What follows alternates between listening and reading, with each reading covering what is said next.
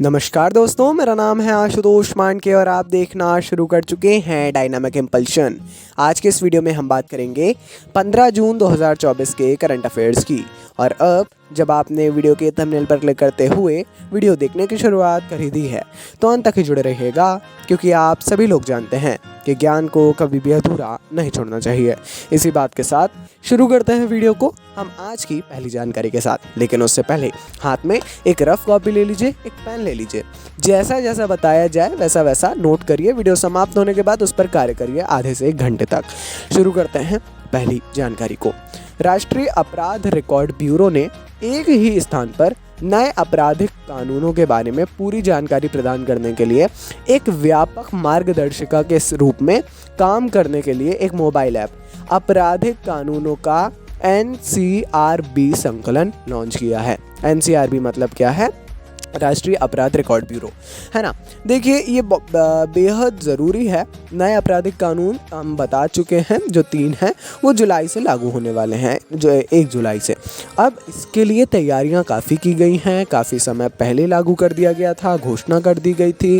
काफ़ी ऑफिशियल चीज़ें हो चुकी हैं, काफ़ी वर्कशॉप हो रही हैं। पुलिस के द्वारा काफ़ी वर्कशॉप की जा रही हैं, जिला प्रशासन के द्वारा, राज्य सरकार के द्वारा, केंद्र सरकारों के द्वारा कई प्रयास किए जा रहे हैं। अच्छी बात है, देखते हैं कितने अच्छे से इम्प्लीमेंट होता है। आगे बढ़ते हैं।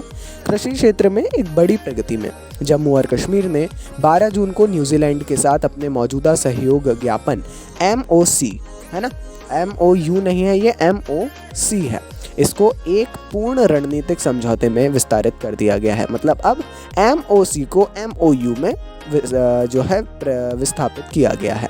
यह साझेदारी प्रजनन प्रौद्योगिकी, टिकाऊ फार्म प्रबंधन और भेड़ क्षेत्र के भीतर उन्नत रोग नियंत्रण उपायों में न्यूजीलैंड की विश्व स्तर पर मान्यता प्राप्त शक्तियों का लाभ उठाती है।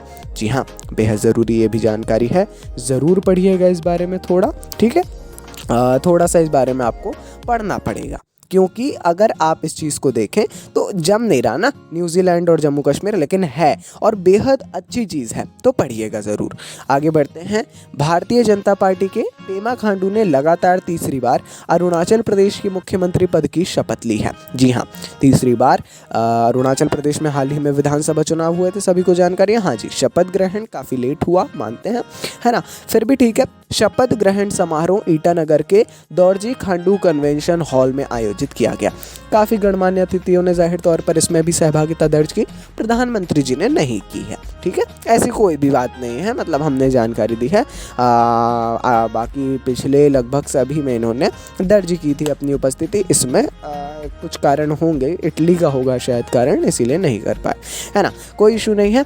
एक चीज़ आपको करना होगी, सभी राज्य के मुख्यमंत्रियों के नाम याद रखना है। अगेन मैं रिपीट कर रहा हूँ, रटना नहीं है, न्यूज़पेपर्स को पढ़ना है, ऑटोमेटिक याद होंगे।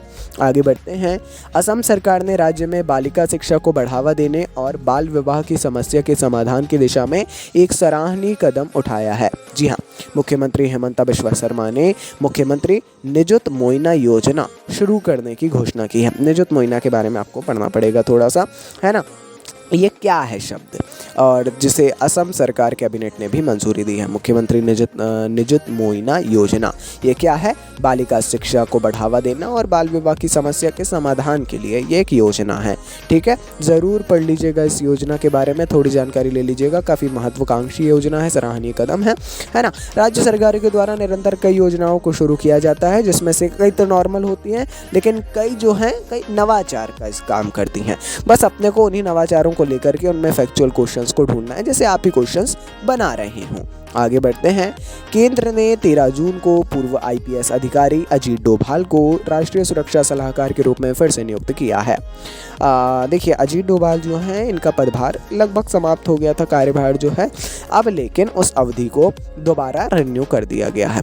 उनकी नियुक्ति प्रधानमंत्री नरेंद्र मोदी के कार्यकाल के साथ साथ अगले आदेश तक जारी रहेगी। मतलब एक देखिए, जब तक प्रधानमंत्री का कार्यकाल रहता है, आमतौर पर NSA नेशनल सिक्योरिटी एडवाइज़र का भी तब तक होता है ना। खत्म हुआ तो बदल सकता है, बट ये अब अगले आदेश हो जाए या प्रधानमंत्री का कार्यकाल बदल जाए, तब तक ये रहता है।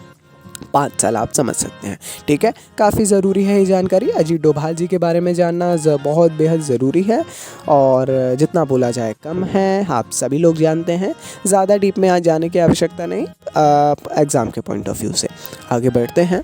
अंतिम जानकारी है, अंतर्राष्ट्रीय क्रिकेट परिषद ने वेस्ट इंडीज़ की गुडाकेश मोती को मई 2024 के लिए आईसीसी पुरुष खिलाड़ी के रूप में नामित किया है। जी हाँ, श्रीलंका की चमारी अथापथु को मई 2024 के लिए आईसीसी महिला खिलाड़ी के रूप में नामित किया गया है। ठीक है, महिला खिलाड़ी और पुरुष खिलाड़ी, ये हर महीने जो प्लेयर ऑफ द वीक होता है उसको एक ऐसा मतलब शीर्षक से नवाजा जाता है हर माह के, है ना। अब तो आप ध्यान रख लीजिए, पहला वेस्ट इंडीज़ के गुडाकेश मोती और श्रीलंका की चमारी अथापथु को। ठीक है, नाम याद रखिए, काफ़ी ज़रूरी है ये जानकारियाँ। ठीक है जी, जैसा हमने बताया ये थी आज के इस वीडियो की अंतिम जानकारी। मेरे ख्याल से मैंने अपनी तरफ से पूरा प्रयास किया है कि कम समय में आपको बहुत अच्छा करंट अफेयर्स देने का। मैं इतना बोल सकता हूँ, अगर आप पूरे हफ्ते के करंट अफेयर्स एक साथ पूरे हफ्ते के करंट अफेयर्स देखते हैं, मतलब Monday, Tuesday, Wednesday, Thursday, Friday, Saturday, Sunday ऐसे करके देखते हैं, तो आई कैन गारंटी उस पूरे हफ्ते के करंट अफेयर्स आपके पास में आ जाएंगे।